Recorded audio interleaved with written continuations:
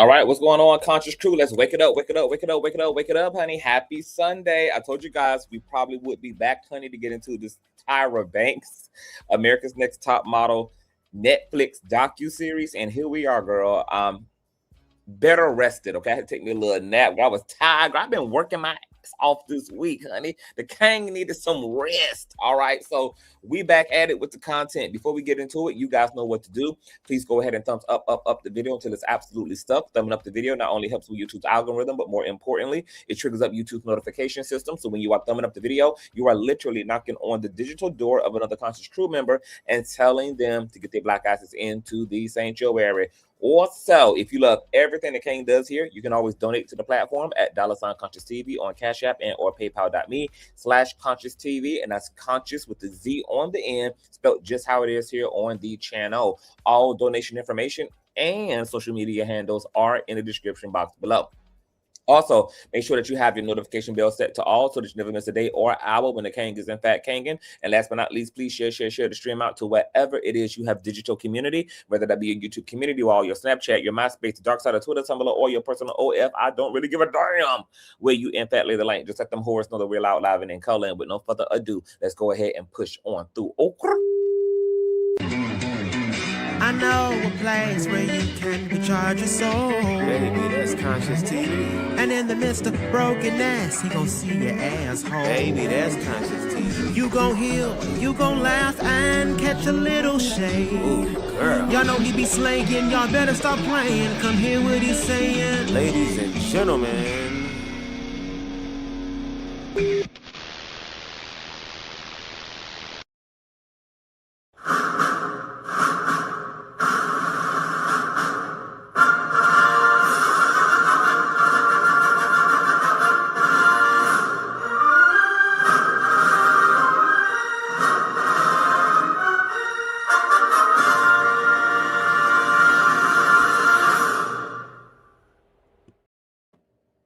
What is going on, Conscious Crew? Shout out to my baby mother, Teresa, for the old nasty piece of child support check for miss you even boy, baby mother. Happy to have you in the building. Hey, babes, and God bless you for blessing the King, honey. Y'all know, baby, them coins, honey, make the King work, honey. Shout out to you and happy Sunday to your baby mother. Girl, y'all know, let me tell you something. First of all, I'm using my headphones, so give me a 1 in the chat if you guys can hear me well. I'm going to speak to everybody in the building. What's going on, baby boo? Hey, baby mother Teresa. What's going on? Life with Ebony. Hey, boo. Hey, my sin. What's going on, Easy Breezy? Hey, Danielle. What's going on, Miss Lizette? What's going on, my Shauna? What's going on, Saysa? Hey, boo, what's going on? Hey, y'all, what's going on, Keeney? Hey, y'all. Okay, everybody can hear me well? Great. All right.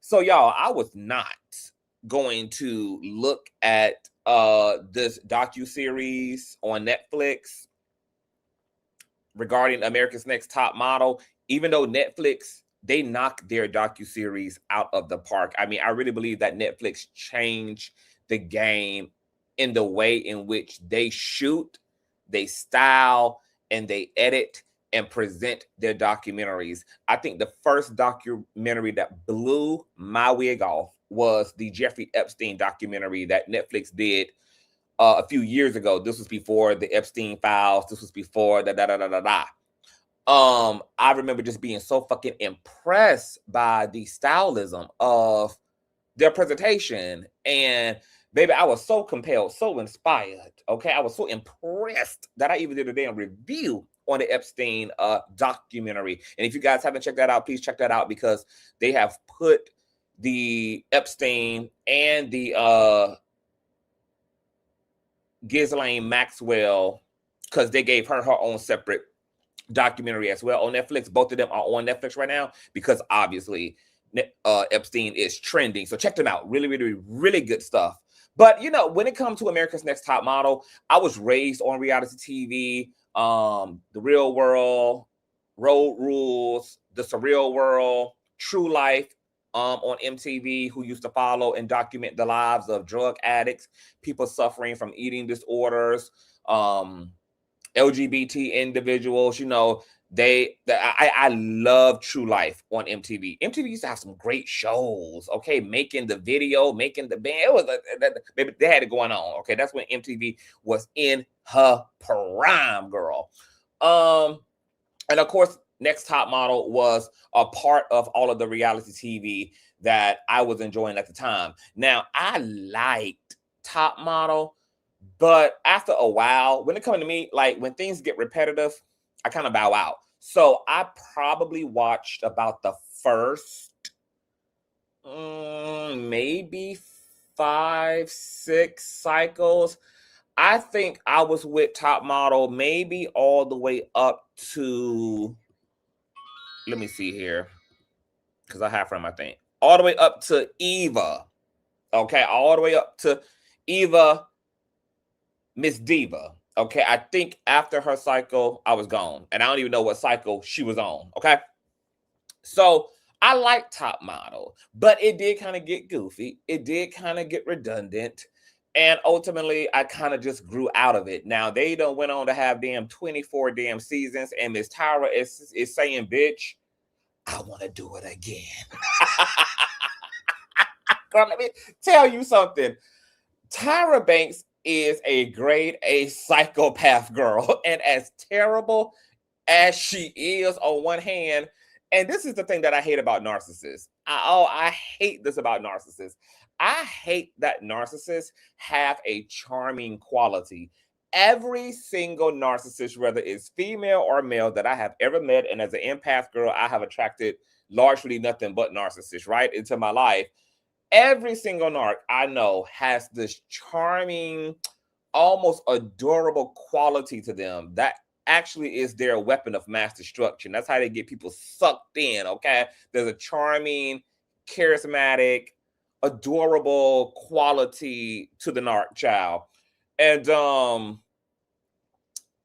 as bad as she is, as something terrible as she is, there was something that I kind of liked about her, but I'm about to drag the fuck out of Tyra. No shade, no tea, girl. Like you or not, Miss Mama, you about to get that work. Matter of fact, the whole panel about to get that work, okay? Shout out to my baby mother, Brittany, for the nasty piece of child support check for working. And is, thank you, baby mother.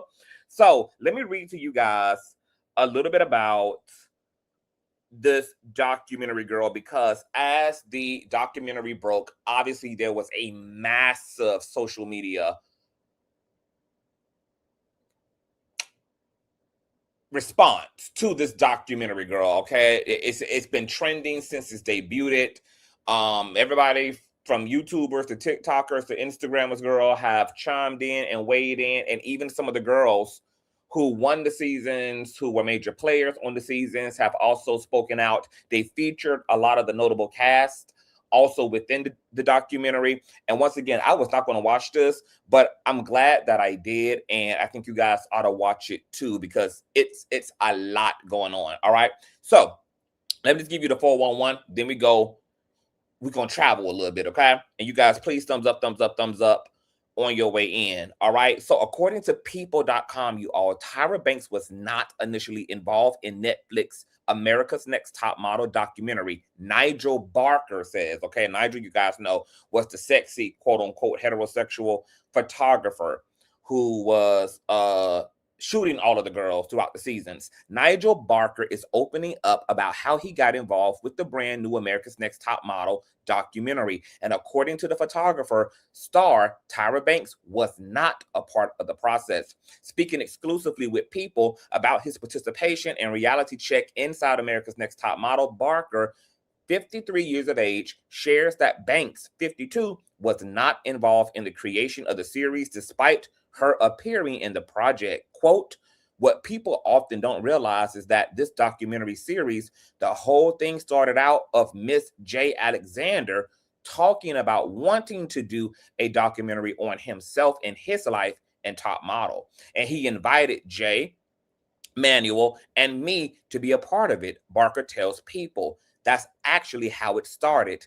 Tyra and everything else had nothing to do with it. We had talked about this project, doing summer film and shoot with Jay 5 months before we even heard that Netflix was going to get involved with it, Barker explains. So that's actually the way the whole thing started. According to the photographer, rumors quickly began to float around about Banks producing the Netflix documentary, but he clarifies that Tyra didn't even produce anything. Quote, they in fact asked me to get Tyra to be on the show, he claims. I mean, they were contacting me, texting me, do you know any way to get through to Tyra? We'd like to get her on the show. So she had nothing to do with any of it. It was not her idea, nor was she a producer. And she came on really as well towards the end, not at the beginning when we were talking about this, Barker adds. There's a lot of misinformation out there, as there always is with these things. Multiple models involved in the documentary also confirmed to people that they were unaware of Banks' participation until the first trailer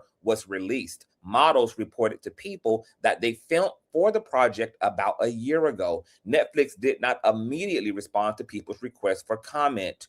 Reality Check Inside America's Next Top Model, a 3-episode Netflix docuseries, chronicles the hit reality show's many controversies and features commentary from host and creator Banks. It was released on February 16th.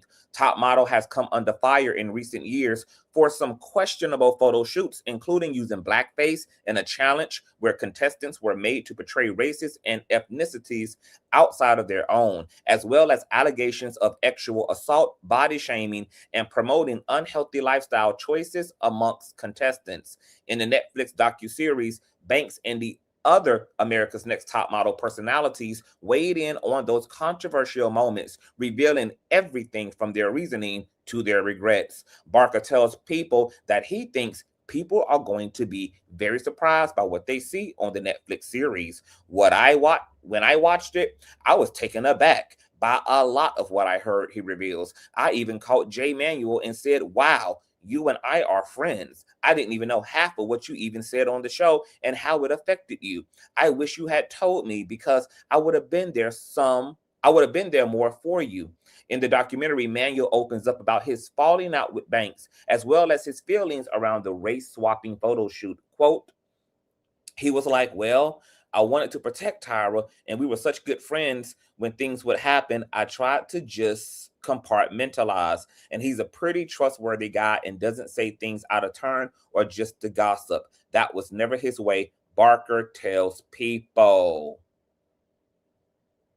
According to the photographer, the series features joyous moments, crazy moments, and a lot of real eye-opening moments. There are some real tragedy. I think about things that happened that shouldn't have happened and wouldn't happen today probably. And if they did, it would be really bad. Things that happened then that really shouldn't have happened and I don't approve of, and I wouldn't have approved of if I had really known what was happening. Jesus Christ. If I had a girl. All right.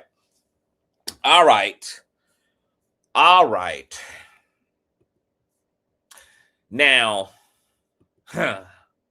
where I want to get started. Okay, I guess let's get started with Miss J. Alexander, girl, because following the debut of the 3-part docuseries, Miss J. Alexander made the public aware that he had suffered a stroke. Matter of fact, actually, he had shared that he had suffered a stroke during the documentary. A lot of people were shocked to kind of hear this. In the beginning of his stroke, he could not speak or could not talk at all. He spent an entire year in the hospital and was in a coma, and he had to learn how to walk and talk all over again. And even as he sat in the docuseries, you could tell, that something had happened to him, but he looks really, really, really, really good. Even as somebody who suffered a massive stroke. Now, after this documentary, apparently his friends decided to make a GoFundMe for him for $100,000 to support and meet all of his medical needs, because apparently he is requiring and in need of full-time care. Now, a lot of people were confused by that because they're like, well, how does he need full-time care? He was just in the documentary. Well, if he still can't walk. So for one, He doesn't have a lot of mobility. That means that he needs round the clock care when it comes to showering, when it comes to using the restroom, when it comes to leaving his home, going to doctor's appointments, getting dressed, etc.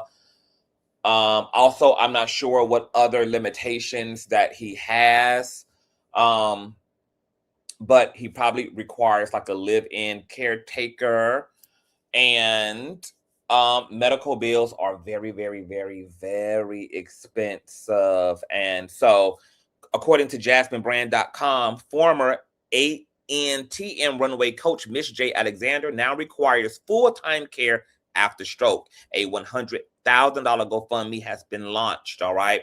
Matter of fact, we ain't even got to get into the details of that because we have the GoFundMe right here. You guys, please thumbs up, thumbs up, thumbs up, thumbs up, share, share, share.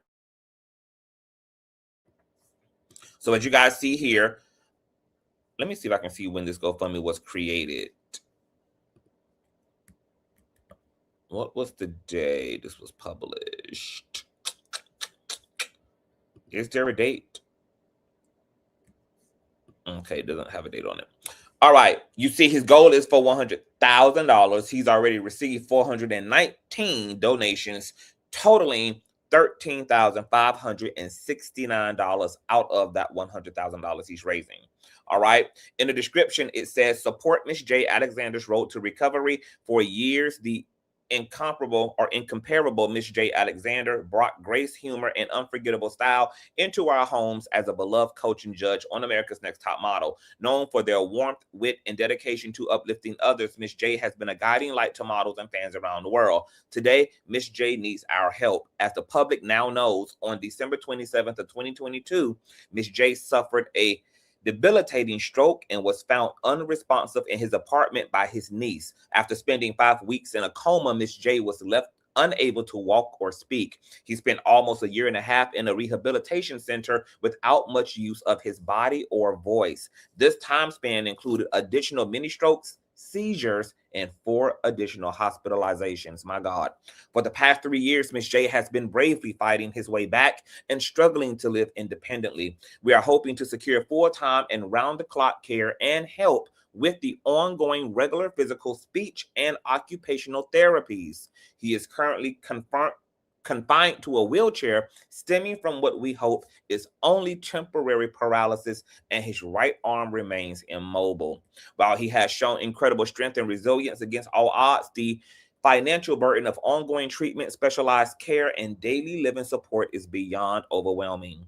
This GoFundMe has been created to help Ms. J focus on healing without the stress of mounting bills and medical expenses. Your donation, no matter the size, will go toward rehabilitation services, in-home care, medical bills, and essential living costs incurred on this long road of recovery. If Miss J's kindness, humor, and iconic presence have ever made you smile or laugh, please consider giving back during this difficult time. And if you're unable to donate, sharing this page with your community is another powerful way to help. Let's all come together for someone who has inspired confidence, individuality, and joy in so many of us. With love and gratitude, Stephen Grossman and friends of Miss J. Alexander. So shout out to his mother friends for one. This was really, really, really sweet of them. This was really kind and communal of them. And, you know, I wonder if they did this because they wanted Miss J to have some sense of dignity, because a lot of people have hangups around asking for help themselves. So for his community instead to be like, look, let's not make him ask for what we know and can see he actually needs. Let's take it upon ourselves to get active to support him. That's really, really, really, really, really, really commendable, girl. How many of us have them? Friends, ones we can depend on. Friends. Now, they may be his only friends, bitch, because a lot of people are saying, hell to the no, to the knees, oh, no, no, no. They ain't dedicating a damn penny to this damn GoFundMe, okay? People are saying they would never support the financial needs of wealthy people. People are saying Miss J better get Tyra ass, better get Naomi Campbell ass, better get Steven Spielberg ass, and get all of his industry damn friends and all them damn producers and all them high-powered ass people that he done taught how to shimmy and shake down the runway. Girl, you better get them ass on the line, honey. Okay? It's a financial need on the line. So a lot of people are pushing back against this, and considering the timing, I'm not sure, girl, if a GoFundMe was going to be a hit following a documentary that pretty much made Tyra and all her cohorts look like a piece of shit, all right? Because we're going to get into the pieces of shit they all are, all right? However, there is a GoFundMe, and if you guys want to donate, hey, you are more than welcome to. So let me go ahead and drop that lickety link in the chat. For those of you, they say no matter how small the donation, from anything from $1 to 1 million, all right, you are welcome to donate. So Miss J has his GoFundMe up, all right?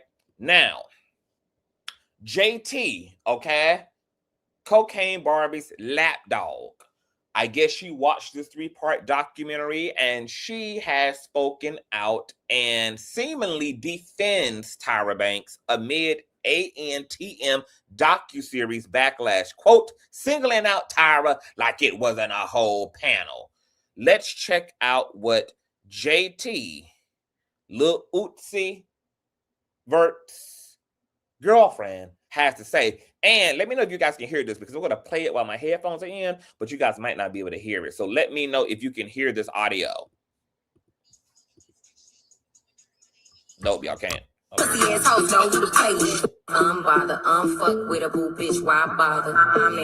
Oh, actually, there is no audio. It's the song they put over it. So JT actually put this in her story. There's a picture of Tyra, and she says, singling Tyra out like it wasn't a whole panel. I'm going to ask you guys, do you guys feel like Tyra was singled out in this documentary?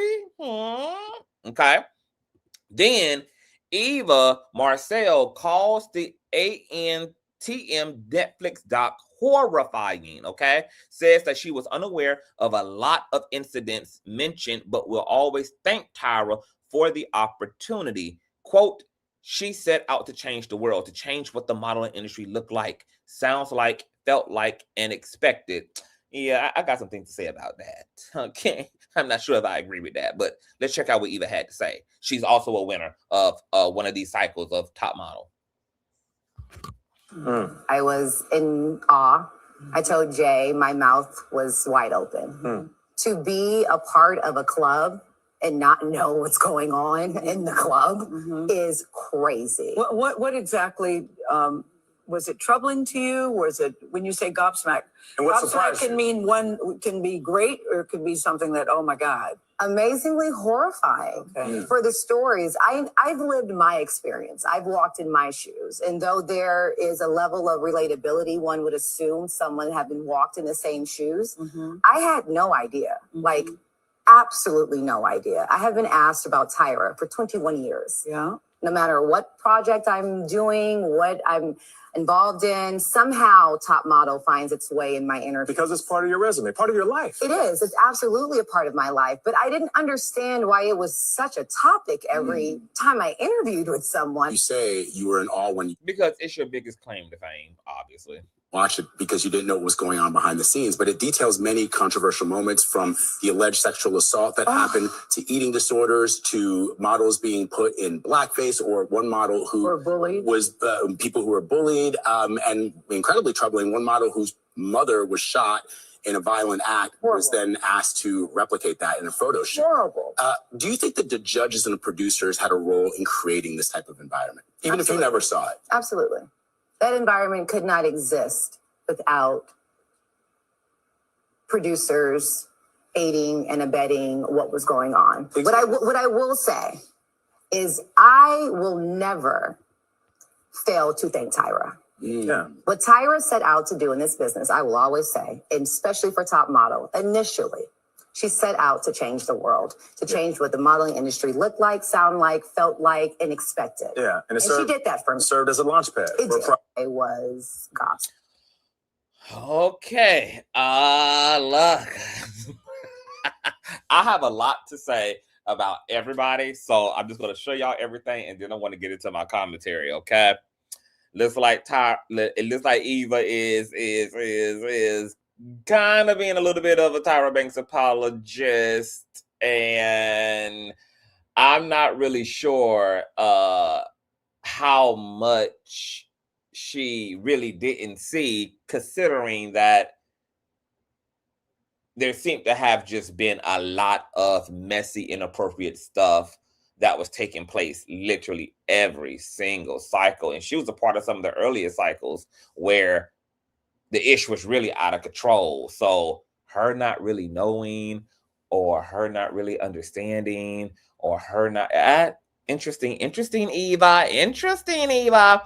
Now, you guys know one of the most infamous, legendary scenes out of Top Model was with Tiffany Richardson, who was sent home after she had failed to make the cut in a previous season, but Tyra Banks and the producers ended up working with Tiffany, ended up helping her to get some anger management. You know, she was on her bad girl stuff back then, smacking hoes around, throwing glasses and bottles and beer in people's faces. And that's when she got it together, cleaned it up. She was able to come back the following season. And then she was eliminated in what is one of the most sensational pop culture reality TV moments in literal history, okay? The infamous, we were all rooting for you. We were rooting for you. Shut up. I have never had to talk to a girl like this in my life. You don't know me. Okay, like, girl lost her damn mind, okay? Obviously, this moment was addressed and spoken about on the show. And following the scene in the docuseries, Tiffany reacted, okay, to that moment, to Tyra Banks' commentary. And this is what she had to say on social media. And she added Tyra. She said, hold up, Tyra Banks. Let's keep it cute. You are one line ass, tied ass bitty. You know how you treated me the whole time, off and on camera. You was a bully. You treated me like ish and said the nastiest things about me and my son. That is not how the argument went, but y'all edited it to make it look like you cared, because of course Tyra Banks tried to like clean it up and all of that. F you, Tyra Banks. I bet you won't sit down with me face to face and talk about it. And F my family too. Eye rolly emojis. Y'all don't ever defend me. I got more money and helping more people than all or many other top models, but that's the update y'all give? Damn shame. It's giving y'all still hating on a little black ass me. At Tyra Banks. Ho, just let it go. It's been over 20 years, okay? Crying emoji. F Tyra Banks, I'm assuming is what that blurred out is. All right, now, people were speculating, girl, what had happened? Like, what was said? Because obviously we saw a very edited version of that scene, but apparently during that whole prison melee between Tyra and Tiffany, somewhere in Tyra reading Tiffany down to the ground, she said, yeah, give up and go home and live with your son in a cardboard box. Ooh, chill. So apparently that line was edited out, and that's what Tiffany is referring to when she said, you said some of the nastiest things about me and my son. Now, Tyra in the docuseries tried to clean it up and behave and act as though she, you know, it was just a passionate moment and she saw herself in Tiffany and she, you know, just really wanted Tiffany to make it. And, you know, she was aware that Tiffany was really struggling with her identity and her self-esteem. And she just wanted her to want it bad enough to you know, overcome her ego and get over yourself and show up as a woman. And Tyra claimed that because Tiffany was also like a mom, what she was trying to do was inspire Tiffany. Like, think about your situation. Think about your son. Think bigger than you. Take advantage of what's happening right now. Stop being a coward. Stop being in your narcissism. Stop in your boom, boom, boom, boom, boom, boom, boom. So Tyra claims that was the context of her gag and roasting of Miss Tiffany. Did it go too far? Absolutely. That is not a way to inspire anyone, is by being microaggressive, by being shady. There was nothing loving about that presentation of Tyra's feelings. And yes, she was out of order, out of line. And, you know, I would have drop kicked the shit out of her motherfucking ass had I been Tiffany, okay? Would have droppity kicked the out of her ass. All right? Now, let's move on from there. Miss J took to the goddamn Sherri Shepherd show. And let me tell y'all right now, baby, let me tell you something, baby. Oh, girl.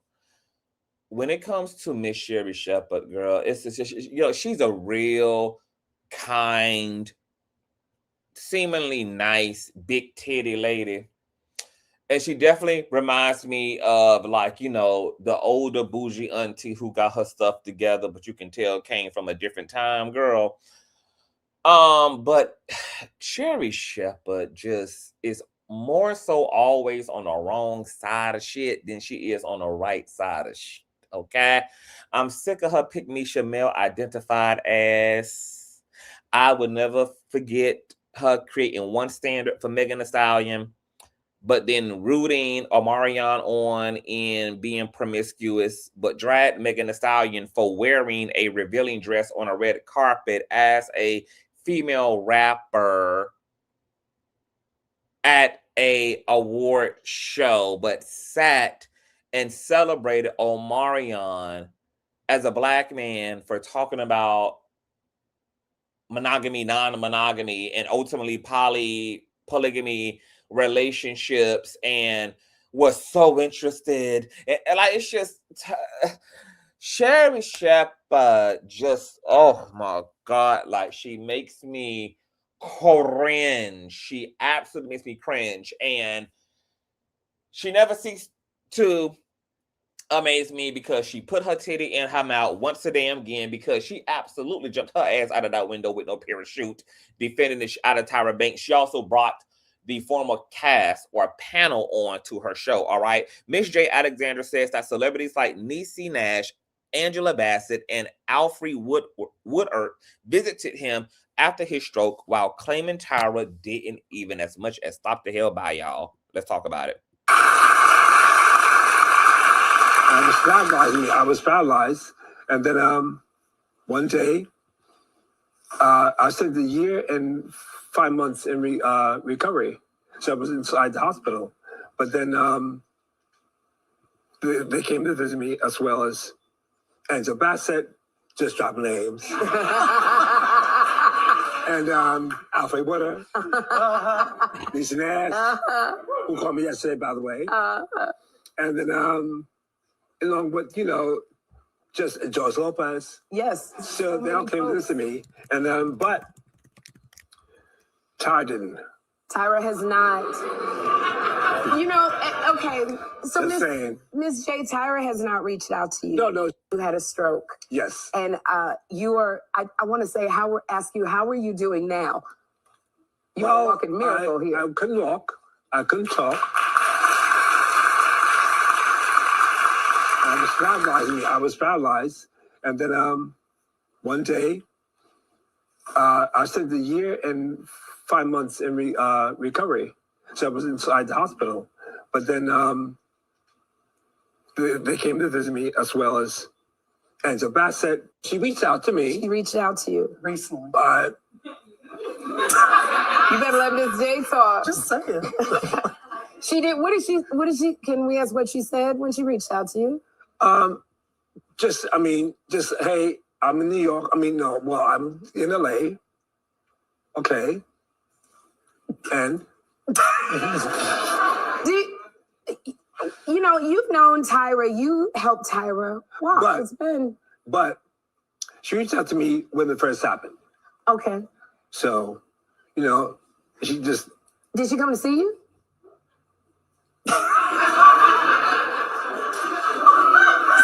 So this is what I have to ask you.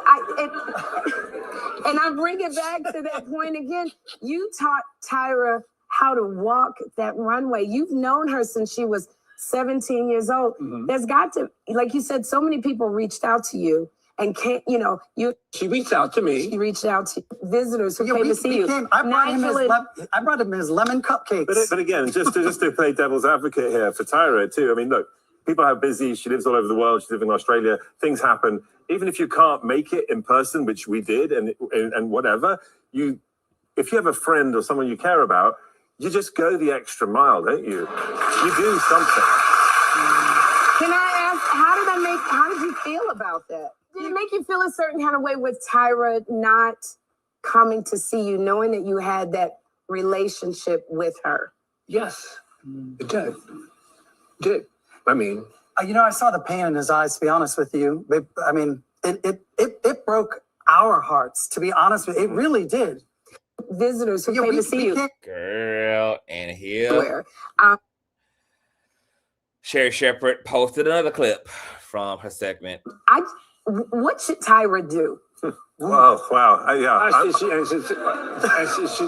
answered questions. She should answer the questions that they ask her. I mean, look, I'm not her publicist. Yeah. I'm not sure who her publicist is, but that being said, I think the reality is, and how we approached it, is just to be absolutely honest with it, and it's okay. It's okay to admit that you made a mistake. It's okay to say, I'm sorry. It's okay to go, it wasn't right. And I know that, and we all know that. None of us are perfect. We were trying. There were lots of mistakes. Some things perhaps were even forced errors, right? As in, what happened with Shandy, what happened with various contestants that shouldn't have happened. Mm-hmm. I remember that day like it was yesterday watching the show. And Shandy in the documentary expressed her pain over a sexual encounter that was filmed. Now, Mr. J, did you ever feel like the show went too far? Well, for me, that Shandy scene was just devastating. She was the girl that in my mind, I was ready for her to win. Right. You even see it in the doc. We're shooting in Verona, and she's winning. She had it. She's winning. She had it. I was in the production office when we got word of what was going down. I was devastated in the moment.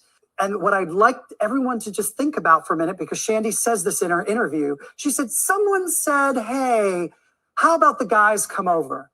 Now, as someone who worked on that show, I could tell you the girls couldn't plan the next 5 minutes of their lives. They were following a directive. So who is the someone?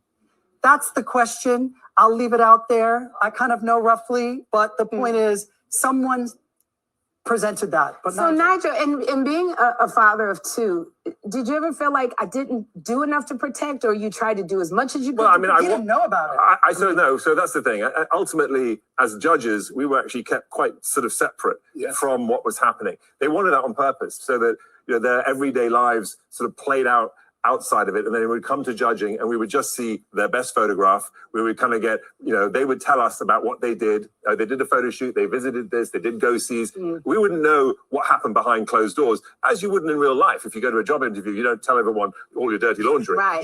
You basically go in there, you try and get the job. That's what that moment was for, right? I watched the show like everybody else did and saw what happened to Shandy on TV the way the rest of the world did. I didn't know the behind the scenes, all the things, the fact that production allowed this, didn't allow that. And because there was no social media, it didn't get out to the world. However, watching that now, I don't care whether they signed away the rights of their life and to say that the cameras could follow them. As a responsible adult, as a decent human being, you clearly do not let two young people who have got drunk go to bed together and film it as if that was somehow okay. It was not. Fam. Let me tell you how full of fucking shit Nigel is. How full of fucking shit both Jays are. This is a crock of bullshit. For him to literally say 20-something years later, 15 years something later, to watch that now. What do you mean watch it now? It aired on TV after the fact, and all of y'all renegotiated y'all contracts and came right back into that working environment. And what you don't hear any of them say is that after I saw that play out on TV, because in real time I was not privy to that, but after the fact, I stumped my ass into those producer chambers. I talked to the head of the goddamn company and label, and I told them if they ever in a motherfucking life play with another person on this show that way, I am done. I am finito. I am out. None of them spoke about protesting and standing up for their own ethics and their own morality, nor the safety of these girls, and almost sitting here as if they're just seeing all of this after the fact. What are you talking about? What the hell are you talking about? What is this all of a sudden righteous, self-righteous bullshit? When you guys literally saw the playback because it played on air and then continued to sit on that same show where all levels of bad behavior were taking place, from body shaming, weight shaming, colorism, texturism, to y'all pretty much greenlighting an SA that took place under someone being in a altered state of consciousness, doing to being intoxicated and filming it, and not even holding the young man who took advantage of Shanny at that time while had filmed an entire crime. If I was Shanny, I would be suing the living shit out of America's Next Top Model, girl. I might not have been on top as a model, but I'm going to be on top with your motherfucking coin, bitch. Because y'all technically filmed an entire crime. It is illegal to hook up with someone while they are intoxicated, because they can't do something called consent to the experience. And for producers and cameramen and editors and this footage be greenlit and then published on television just to line the pockets of all four of these amigos is literally the most insane buffoonery I've ever been witness to. Now, Tyra Banks is absolutely a fucking psychopath. But when it comes to the question of, is she being scapegoated? Abso-fucking-lutely. Because in my opinion, based upon a bunch of the interviews that the girls have done over the course of the years online, coupled with this documentary, all of them were completely complicit and complicit to the very fucking end. And what I don't like about Miss Stroke here is that she actually seems to be the most shallow and with the shits out of everybody, because I heard the least from Miss J. Alexander's sentiments regarding all of the various levels of emotional, mental, and physical abuse that took place throughout this show. As far as I'm concerned, Miss J. Alexander is absolutely just the other side of the Tyra Banks coin. He's just the damn gay side of the same coin. He's just the male queer side. It seems to me that Miss J. Alexander really didn't see any issue with what was going on, because as far as he was concerned, oh, this was the industry. And you ultimately heard all of them practically say that. Well, this was the industry. This was the time. This was the industry. This was the time. And yet, none of them would have allowed any of their daughters to do top model. None of them would have allowed their nieces to endure top model. None of them would have allowed their aunties to do top model. They were willing to allow your daughters to come through those front doors. They were willing to allow your nieces and aunties to come through that motherfucking front door. None of them would have ever dared allow the women they care about in their lives to come through and be filtered through the top model experience. And then to sit there and make Tyra Banks the sole villain is nuts. While Tyra Banks might have been the super villain, you all ultimately were villains. You all turned a blind eye. You all signed up for it again and again and again, and you watched these girls break down. You watched the homophobia. Poor motherfucking Ebony, the dark-skinned, beautiful, bad bitch who could have played Storm, who auditioned, who was completely gaslit, told that she was ashy, was double cocoa buttering it up on her skin so that she didn't appear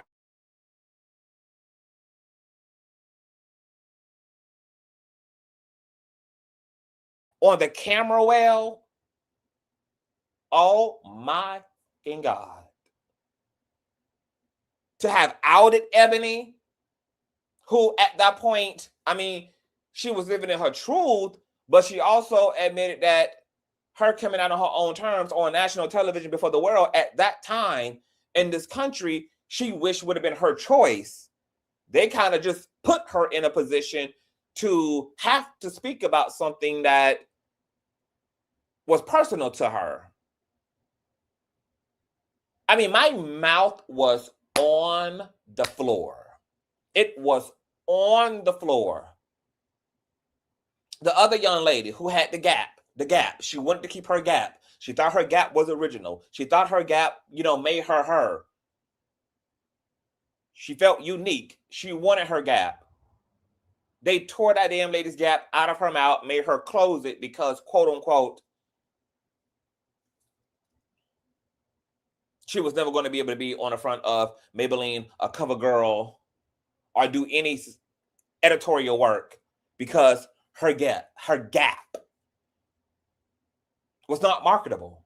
And then a few seasons later, to make another woman get a gap while you forced the previous lady to, baby, the games that were being motherfucking played was out of this world. And the fact that this show was so insane and over the top that they were literally making girls get cosmetic surgery. They were forcing them to sign waivers. That these girls had to actually undergo the knife for a competition show that they weren't even guaranteed to win, nor guaranteed to have any opportunity thereafter after had been on the show.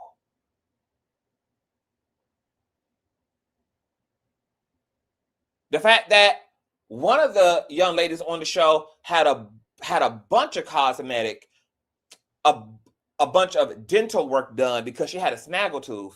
And even to this day, while her teeth appear okay, she still has functional issues with her mouth. She has nerve damage. And she will always suffer with the ill effects of that rushed ass dental work that she was forced to endure. And because she signed a waiver relinquishing her rights, eliminating and prohibiting her from being able to sue and hold them accountable civilly, baby, you know what all the girls really need to do? They need to really come together and put together a class action lawsuit. I know that they're going to have probably some issues doing that because they did sign waivers. They did relinquish their rights, and that's more than likely why a bunch of civil suits have not come out of America's Next Top Model, girl. So they had them damn contracts ironclad, girl. They had them damn contracts ironclad. And yes, we know that the producers are even more damn worse and diabolical than anybody else, girl, because the producers absolutely have a job to do. See, the producers are not as disposable and replaceable as the faces of a brand, like the panelists and like Tyra Banks, who ultimately all of them end up getting fired by the damn network. Okay, that was karmic. All of their ass ended up getting fired, essentially, from the network, including Tyra ass herself. But girl, I have heard people talk about the producers of Charm School, the producers of The Real World, the producers who be behind these reality shows, Love and Hip Hop, Housewives, Potomac, etc. Girl, the producers are absolutely doing TV, absolutely ensuring their livelihood and their placement within the company by pushing the envelope, being fucking as messy as possible, setting the girls up socially, setting the crew up socially to be divisive, practically operating as total agents of chaos.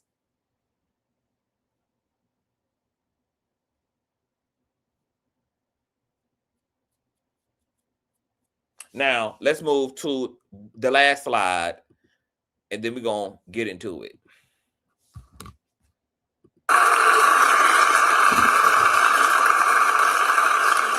To keep a show on the air, there are things that we have to do that people will tell us, if you want to stay on the air, this is what you got to do. And we got to weigh the options.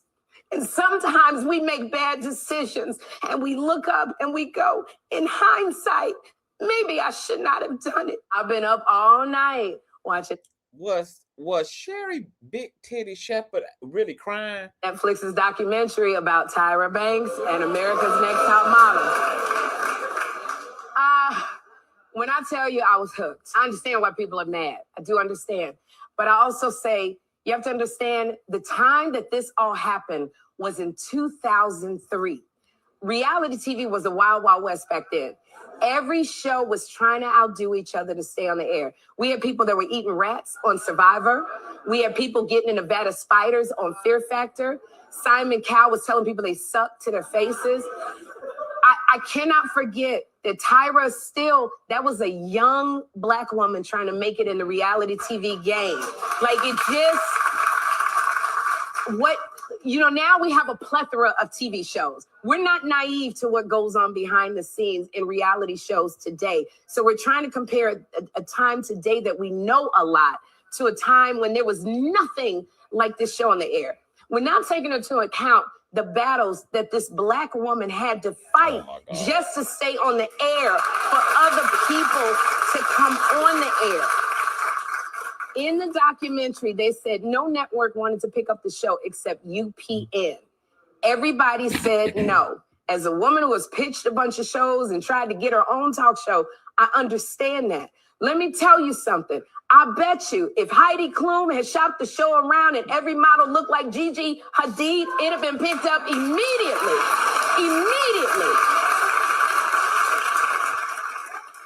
There's a lot of stuff that we did not know back then that would not have happened if this show aired now.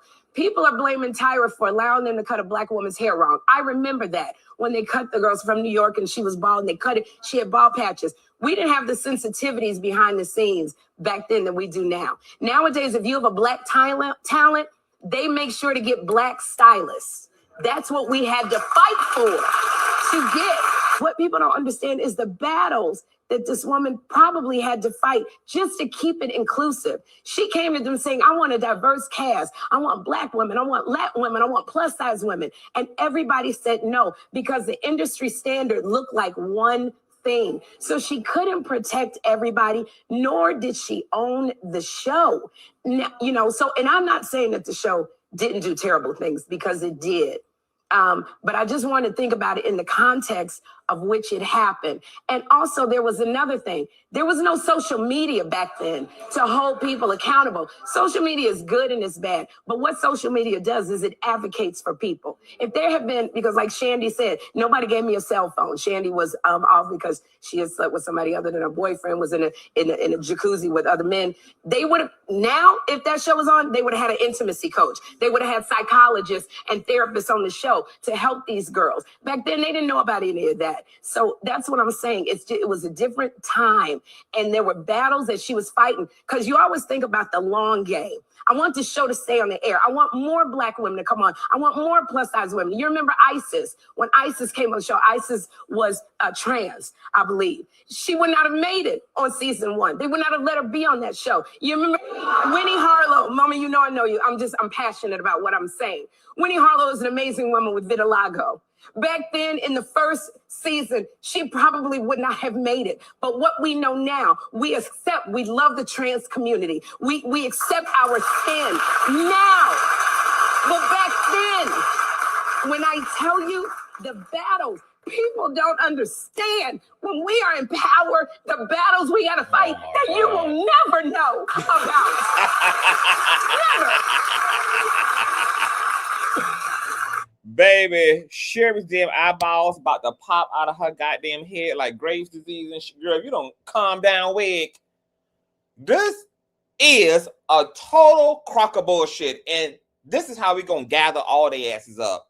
Tyra, her team, and Miss Sherri. Let me tell you what is intellectually completely dishonest and erroneous about how all of them are approaching this whole shit, including Tyra. And this is what makes Tyra the psychopath that she is.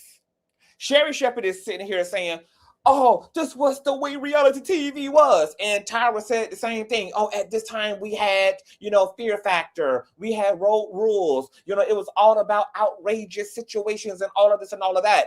Yeah.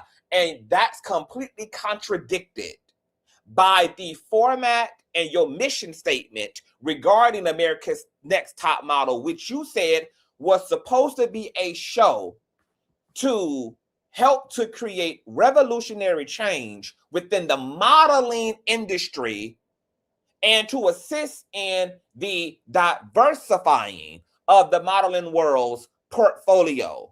So you decided, because as a Black woman who was shapely and curvy and melanated, and you've had your own experiences regarding weight, regarding being paid less as a Black woman compared to your saltine counterparts who were modeling and getting paid 3-4 times more than you are, simply because they're saltine and you're white. But instead, what you ended up doing is doing TV. And that is up, because your goal was to open up space and challenge narratives and standards and prejudices and bigotries and biases within the industry. But then you got lost in the sauce of wanting to do sensationalized television. And what's jacked up about that even more is that these girls would have never came on to the show had they known that as a size 6, bitch, of course I'm not going to have an actual shot in the industry. As having a big nose and a gap, of course I'm not going to have a shot in the industry. As being plus size, of course I'm not going to have a shot in the industry. But all these women brought their noses, their complexions, their weight, and all these things that they were insecure about into a space that was supposed to be about forwarding them and affirming them and giving them a real shot at modeling, and instead were turned into reality TV stars. That's not what they signed up for. They didn't sign up to be reality TV stars. They signed up to be models. It's also an entire gag that Tyra Banks' ass thought that she was going to change the industry simply by a show, which really was a setup from the gate in all actuality, because you can't even begin to give those girls an industry to transition into if you haven't actually changed the industry itself.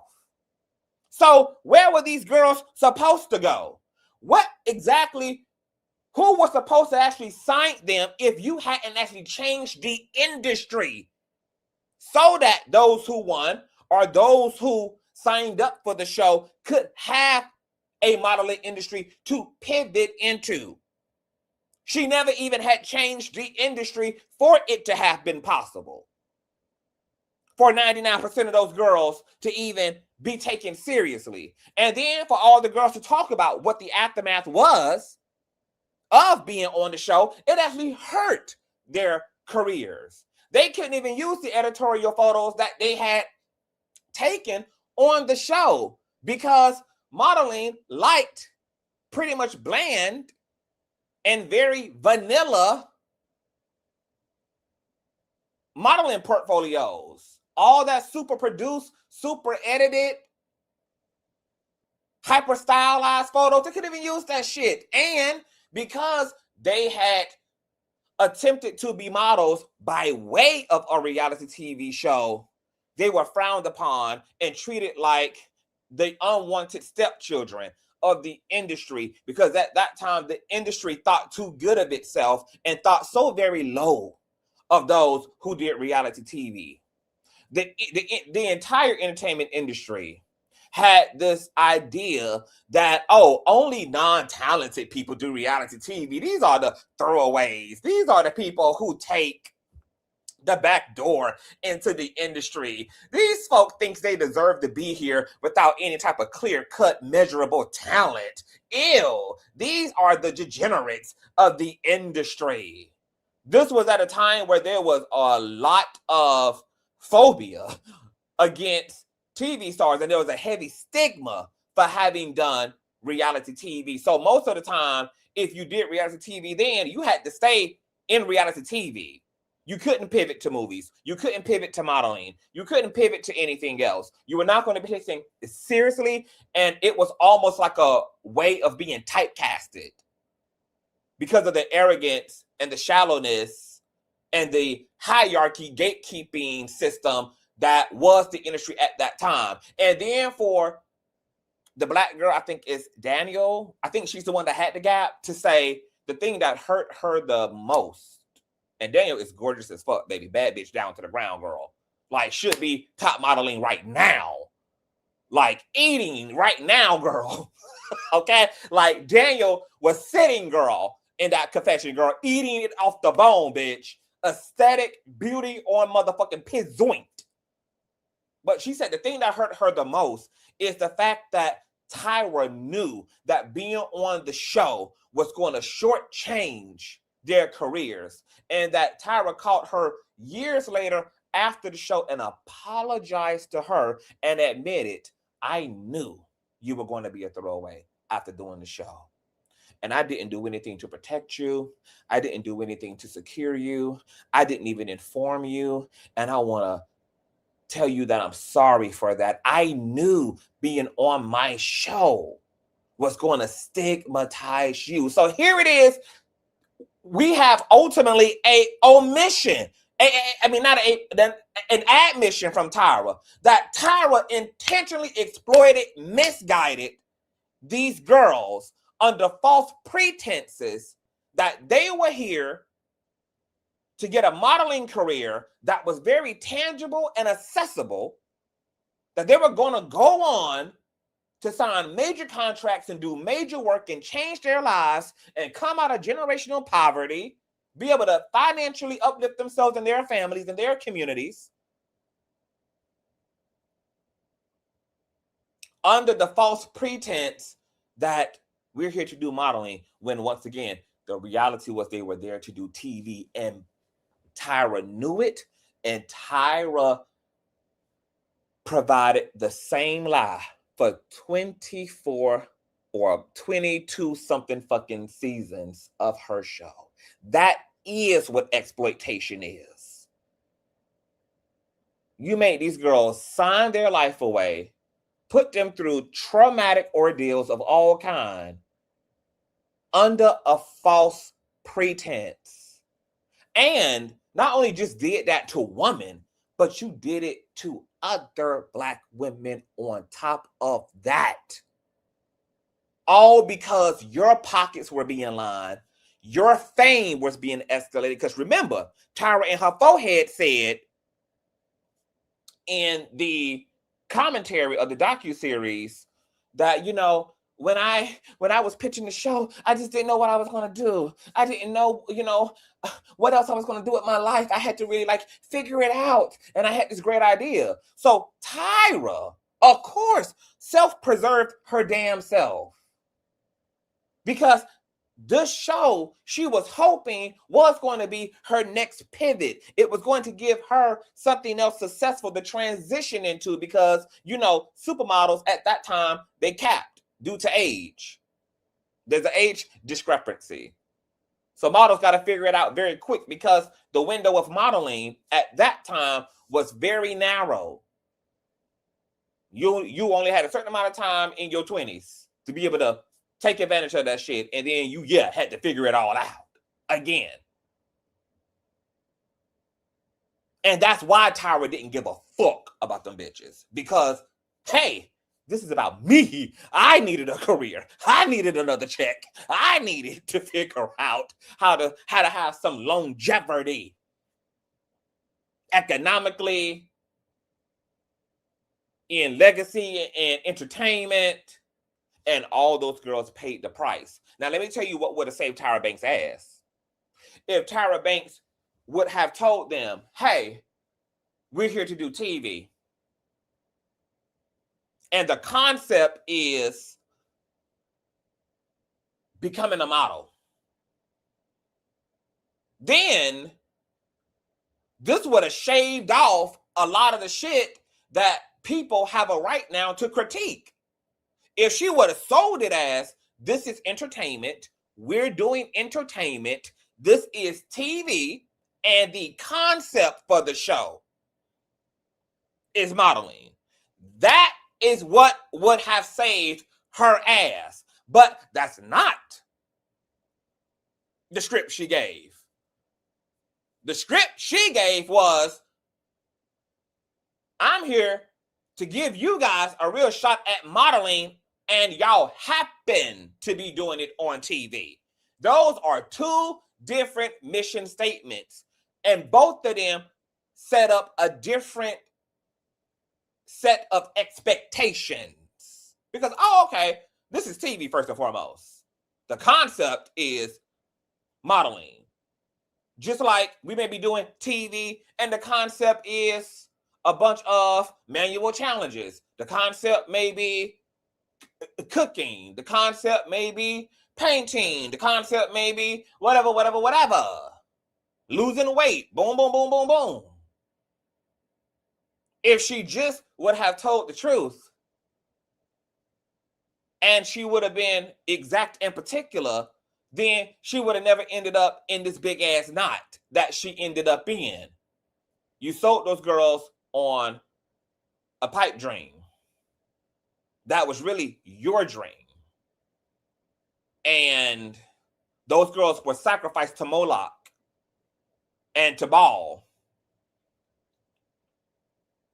for the sake of you wanting further longevity outside of modeling in the industry. And as the ratings rolled in, as the checks kept getting bigger, Tyra lost her mind more and more and more and more and more.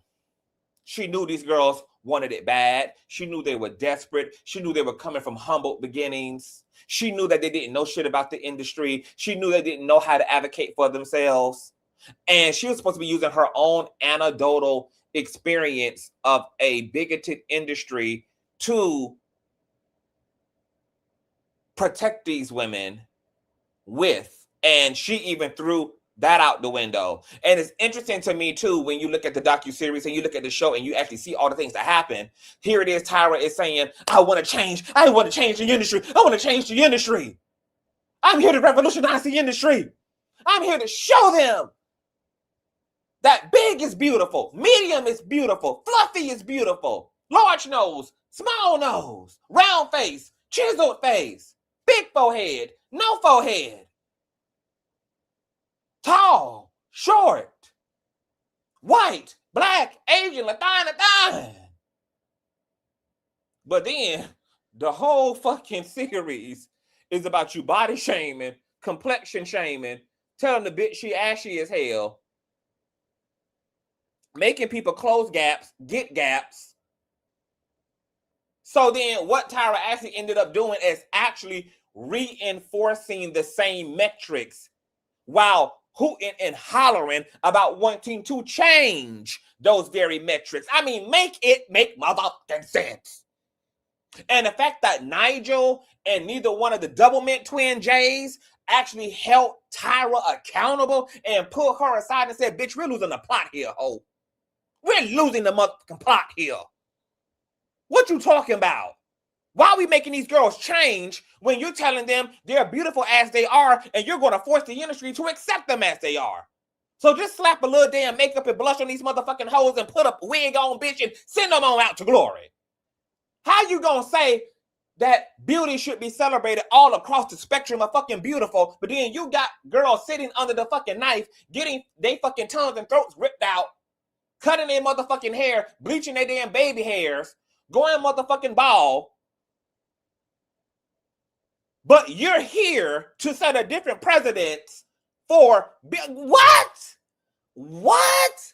What the f are you doing? What is this? This is a fucking padded room. This is a mental asylum. And then for Nigel and the Double Mint twins to sit with Big Titty talking about, oh, we just didn't know. And if I saw then, bitch, you saw now. And y'all all knew what the mission statement was supposed to be. But y'all were cowards and ultimately selfish. Because it was about y'all self-preservation. Because as them ratings got bigger, them checks got bigger for all of them. And money walks and Bush talks. Money walks and Bush talks. And what pissed me the most off with Miss Bleach Blonde here, where she at? Let's get back to her a little bit. Her. Miss Bleach here. Girl, she don't even realize how she, in the words of Jocelyn, supposed herself. Okay? Because she had the nerve to, at some point in the docu-series, said, you know what? Some things really started crossing the line for me, and I just couldn't bear it anymore, and I want it out. I want it out of the brand. I want it out and off of the show. So I text Tyra, because him and Tyra were good Judies. They checked each other's titties for cancer lumps and helped change each other's tampons and, you know, spent the night at each other's houses and bled out together and menstruated together and everything. And he said, you know, I texted my friend, my good friend, my good Judy, my gag hack. And, you know, I told her, you know, I'm done. I'm out. I quit. I can't do this anymore. I don't like what I'm seeing. I don't like what I'm feeling. Then he claims he got a phone call from somebody. And the way the phone call was set up was, hey, you know, could you at least do one more season? And he said that it seemed to have been a, you know, innuendo threat about, you know, if you don't return, there might be some complications with your future in the business. And so here it is. He goes back and sells his soul, trades out his ethics and morality, switches out his damn character like it's a pair of drawers, and chooses himself while intentionally, lucidly knowing what he's about to go back into and what the price of going back into that space is going to be, which is the intentional abuse and exploitation of all these innocent women coming on to the show. So he agrees to do one more season. Blonde, Platinum, Miss Cisco, you are full of shit. Because you told us in a documentary you only signed up to do one more season. So then tell me why you ended up being there until your ass was ultimately fired again. And then had the nerve to get mad at Tyra for allegedly having them fired because they all thought that Tyra was the one who greenlit the firing of all three of them because she wanted to boost ratings for the future seasons and cycles of Top Model. But why would you be mad about getting fired from a place you're calling a plantation if that's in fact your experience? If you were so butthurt, so traumatized, if your righteousness just could not put up with what you were witnessing to the point that you quit the show, despite how much you were getting paid, and then agreed to do one more season so that you didn't get blackballed, why the hell were you there for a few more seasons and then got upset and was outraged that she fired your ass? Bitch, she did you a favor according to what you're saying to us. Because if you really felt how you felt and you knew the show was toxic and poisonous as hell, why the hell would you have been mad that they let you go? Good, bitch. Good. You doing me a favor. Bye. Sayonara. See ya. Don't want to be a girl. Happy to be out of here. I ain't want to be a part of this raggedy ass any way. Bye. But no. Y'all were butthurt, girl. Y'all done been on a goddamn a social media tour and a goddamn interview tour talking about how y'all all terminated while at the same time crying and emoting about just how terrible the show was. Y'all ain't acting like it was too damn terrible. I don't know. I don't see none of y'all throwing a I'm glad to be fired party. I don't see none of y'all throwing a I'm glad them hoes let me go party. Because if we let y'all tell it throughout the whole documentary and on these damn couch interviews with Sherri Shepherd, girl, y'all were just so, it was just so bad. Ooh, it was so terrible. All the things that y'all now all of a sudden know what's going on. But at the same time, y'all pissed as fuck. That Cruella de Vil girl terminated y'all, girl. Make it make sense. The grift is real. The grift is real. The reality is that Miss Platinum here, girl, it's not that you really had a problem. It's that there was a particular thing you had a problem with. And that was when it came to that race swapping shit. And ultimately, if they just not would have did that, you would have really been all right because you was all right up to that point with everything that was going on. And then brought your ass back on under the fake guise that you were low-key threatened into coming back. But you mad about being terminated from having to go into a space you were coerced to go into based upon said threat. But you butthurt, though, over having to work with a bitch that you said got you fired as somebody who helped her to create this show and who knew her personally. But yet you are hurt to have to be put out of that same space. I literally don't understand. I'm so confused. And the only reason and the only way I can ever end up confused is because it ain't shit right in the buttermilk. Somebody not telling the goddamn truth, bitch. You're emotionally responding this way, but you are bodily responding that way. There's no continuity, baby, between the emotional experience and then the logical conclusion and then what the body does. There's no mind, body, and soul alignment. Your mind here, your soul there, and your body over there. All of them were full of shit. None of them gave up. And for going back to Nigel, oh, I have daughters. I have daughters.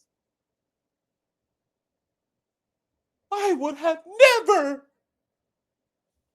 it's a shame that as a motherfucking man, and supposedly a man of standard, a man of principle, a man of ethics, that it would have took you having to have daughters in order to empathize and protect a woman that you didn't know. The fact that it didn't take you having a sister, it didn't take you having a mother, it didn't take you having a female neighbor, it didn't take you having a female friend to be able to respond to protecting this lady Shannon on this show. It took you to have daughters, to have empathy for a woman under duress. What the fuck are you talking about?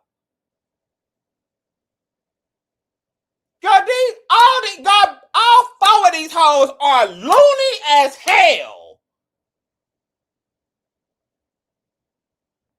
And now, bitch, I understand why Tyra had the girl put on her poker face, bitch, because she knew, girl, y'all was going to be out here, girl, trying to act like fake-ass victims when y'all all were high-ranking demons in this high place. Bitch, it wasn't no innocent, righteous person on the panel to be found. From Janice Dickinson to Nigel to the government J's to Tyra. Girl, all of y'all was with the shits and on that type of time. And y'all think because Tyra is the face of the brand that y'all gonna be able to, alley-oop and hide up underneath that covering and shy away and deflect from the real accountability that y'all all should be taking. Because let me tell you what an apology is not. An apology, a sincere, integral apology never includes but. A sincere apology never includes mansplaining. An apology does not include womansplaining.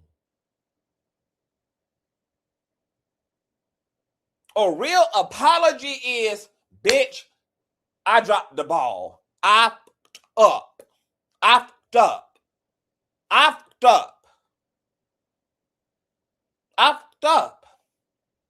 And I take full responsibility for fucking up and dropping the ball. And I want to ask you for your forgiveness.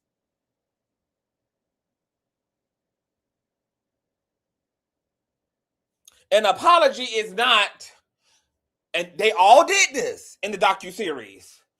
Oh, yeah, it was bad. I feel bad. It was wrong. Yeah, we crossed the line. But that was the way the industry was. But that was the way the system was. But you can't justify and take responsibility. Those things simultaneously oppose one another, girl. Those things simultaneously oppose each other. You cannot justify your actions while apologizing for them in the same breath. The only time as the apologist you should explain is if it is per the request of the person you're explaining it to. You're apologizing to. The only time you should explain is when it's per the request. Per the investigator's request of the person you're making the apology to. If they ain't asking for the why, you don't lead with the why you did it. If they not seeking context for your ratchet ass, traumatizing ass behavior, you don't just willfully offer it. You only mansplain and womansplain if it's the request of the one you've hurt who you are apologizing to. And the fact that these hoes through 3-hour-long episodes of this docuseries, on one hand, acknowledge the harm they caused, the harm they turned their backs to, the harm that they justified because it was just.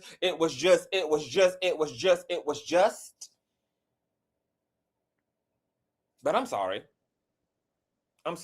But what was I supposed to do? I'm sorry, but my bad.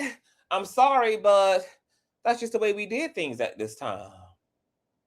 Well, we also did racism and segregation, and women couldn't work, and gays had no rights, and we did a lot of shit, and we don't look back on that shit and justify it. It's wrong, and therefore society needed to revolutionize and evolve it fucking self. And it doesn't really matter why we did it. It needs to be something we're not doing. Point blank and a fucking period. So get the fix a flatten around this motherfucker, bitch. I don't give a fuck why the tire is flat. Pump air my shit. I don't give a damn, bitch, why my car is dirty. Put this motherfucker through a washer. I don't really need to understand the why. The reality is that something else different needs to happen. Solution and correction need to be had. Hello?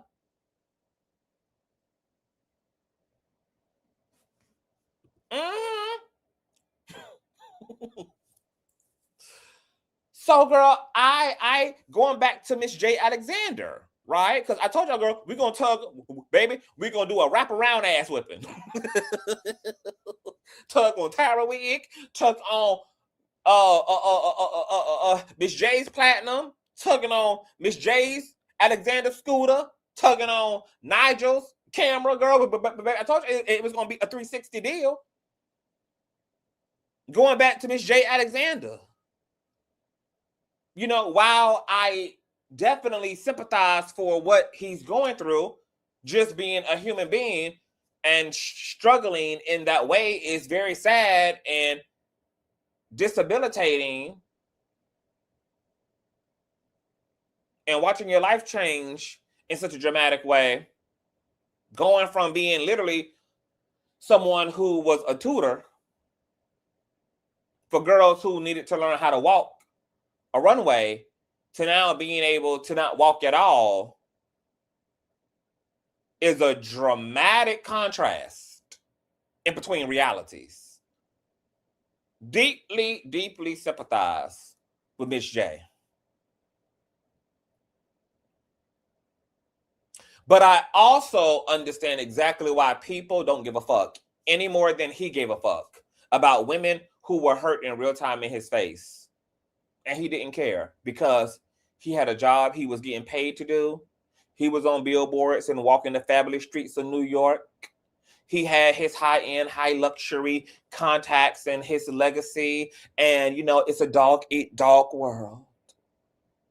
And now he's finding out what a dog feels like in a dog-eat-dog world now that he needs to eat. Oh yeah, that's one hell of a karmic retribution, unfortunately. And I'm not here to say whether people should or should not give to him. I'm here to say that I understand those who will give out of their humanity because they have a humanity to give from. They have a compassion to give from, and that's perfectly fine. And I also understand those who they gonna stay out of that, girl. They gonna stay up out of that group chat, baby. They just gonna move along. And now Miss J has been physically sat down because God wants Miss J to learn how to walk a different way. It's clear through what I perceive to be Miss J. Alexander's apathy rather than empathy toward what he contributed to, because that was, in the words of all of them, especially him and Tyra, just the way things were. Even though they signed up to do things differently while wanting to lean on that's just the way things were. And that's what I don't understand about how they don't hear themselves and they don't hear the intellectual contradictions that they're saying, because y'all signed up to do a show that was supposed to do it differently, but are resting on the excuse to justify the abuse with that's just the way things were. That makes no fucking sense.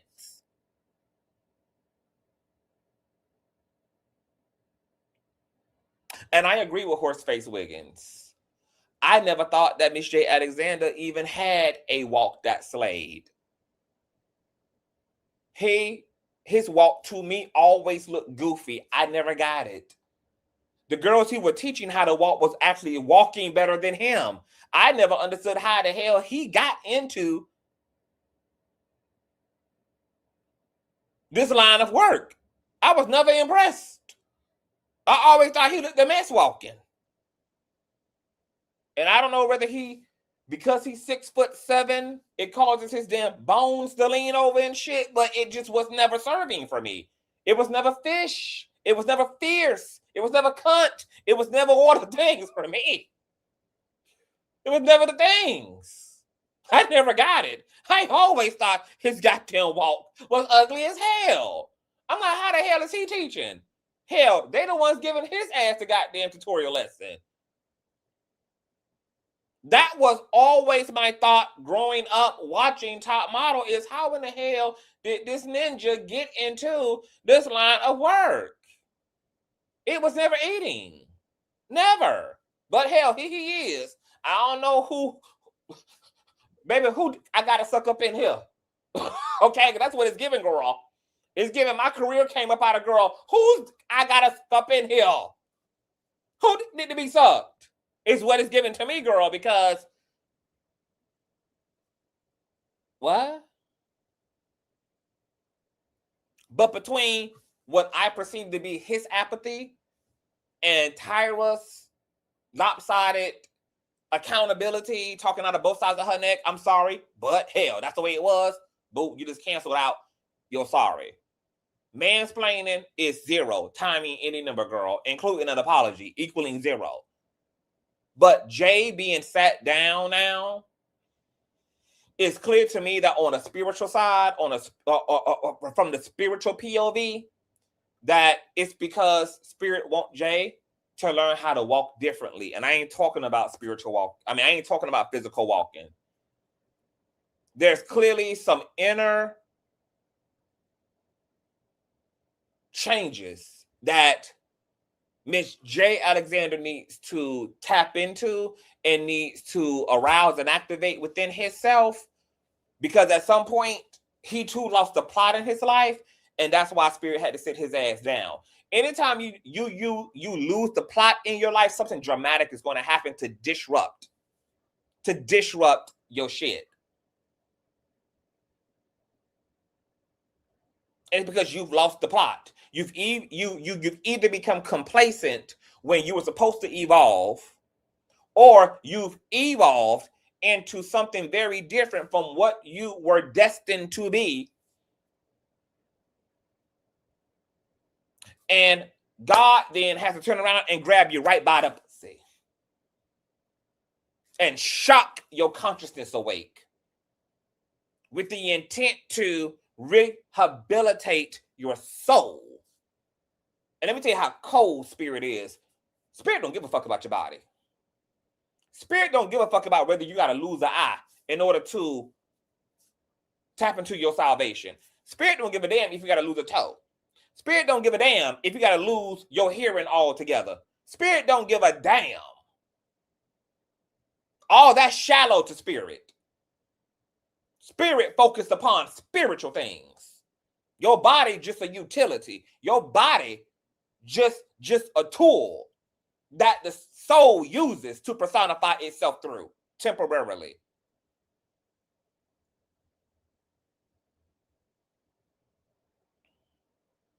God trying to wake it up in Miss J, because her growth got stunted by her own arrogance and her own egotism. And ultimately, they all got their asses whooped spiritually because of who they had become and who they were okay being. And Spirit had to wake it up on all their motherfucking ass, which is why all their asses ended up on the chopping block. And what's also interesting is that even though they feel that Tyra greenlit the firing of all three of them who were foundational to her show for the sake of boosting ratings for future cycles of Top Model, I actually believe Tyra when she says, I didn't have anything to do with it. Because had she been able to have something to do with it, she would have been able, girl, to have something to do with not ending up firing her damn self. It was clear that even Tyra didn't have rank in that way either. She had an overhead, she had a boss, she had management above her. And if management wanted both Double Mint J's and Nigel, that's who the hell it would have been. But it wasn't. And she ultimately ended up getting evicted by the same motherfucker who evicted the Three Amigos. Now, Tyra ass is so insane, girl, that she is ready for Cycle 25, girl. That motherfucking crazy heifer looked at all that playback, looked at all the grueling testimonies of all the girls who endured her show and said, let's do it again. My God, today. So apparently there's going to be a Cycle 25. Users are saying we're being threatened with the Cycle 2025. Not that we're looking forward to it. Not that anybody asked for this, but that, girl, we are being threatened with a Cycle 25 next top model. Okay. Tyra Banks has indicated that America's, matter of fact, hold on, I think I got a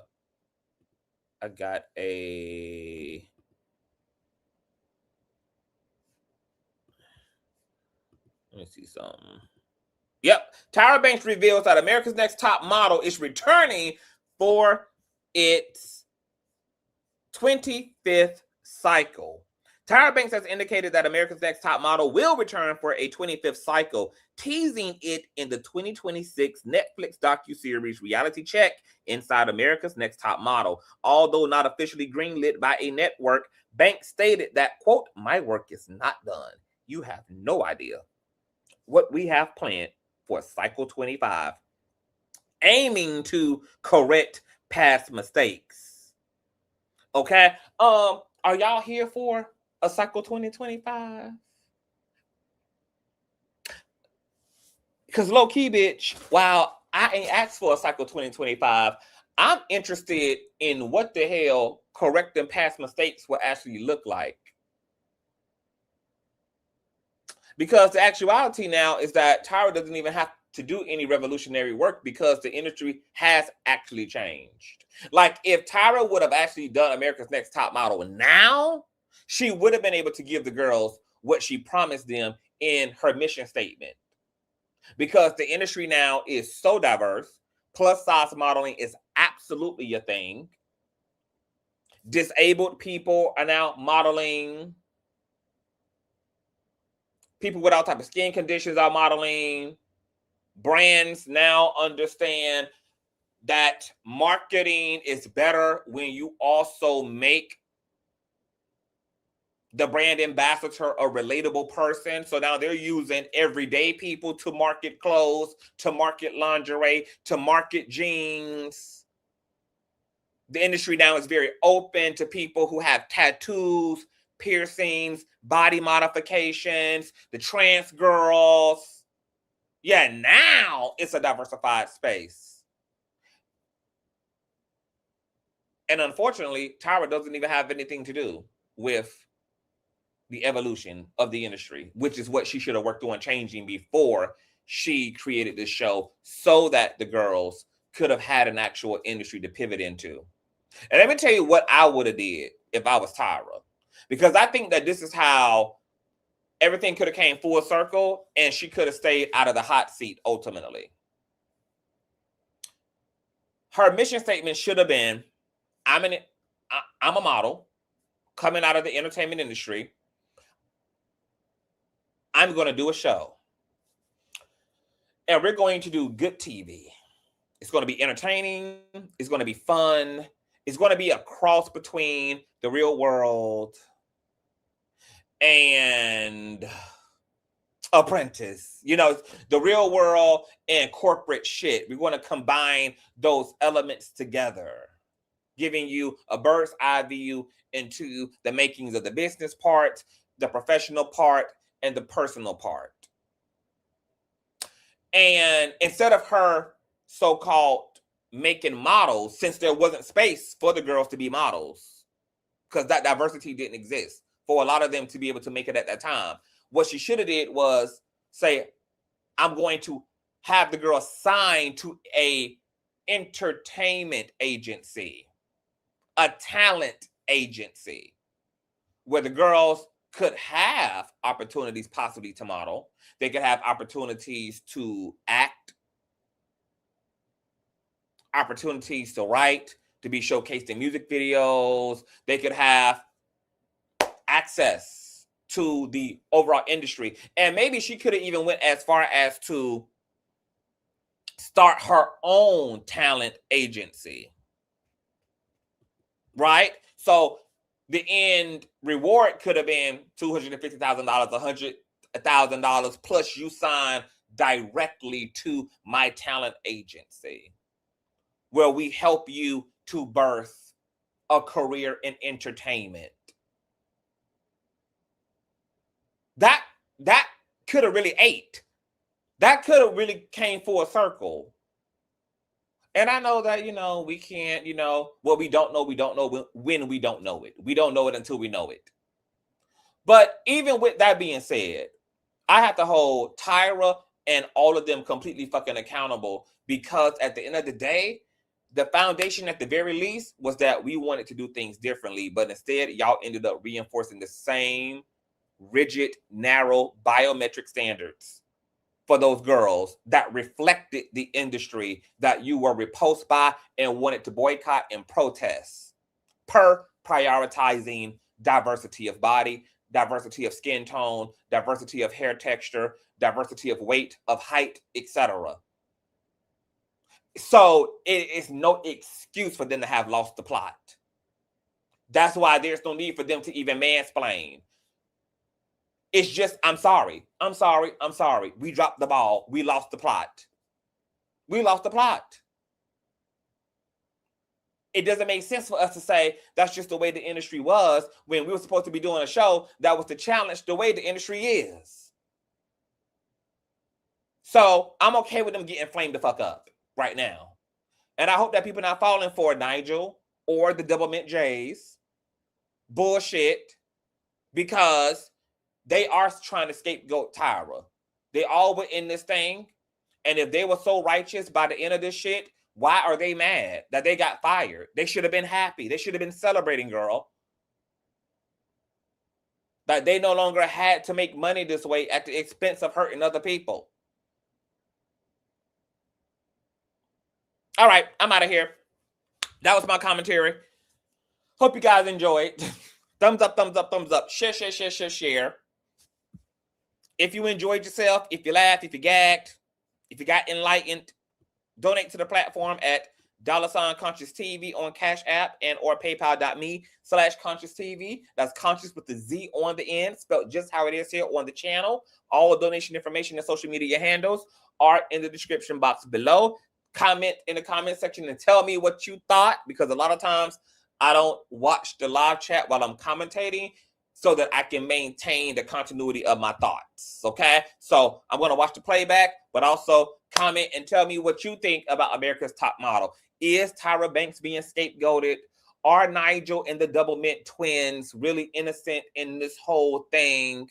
Do you agree with Sherri Shepherd justifying Tyra's actions because that's just the way things are? And do you want to see a cycle 2025 of America's Next Top Model? Leave all of those things in the comment section. I will see you guys later. Peace.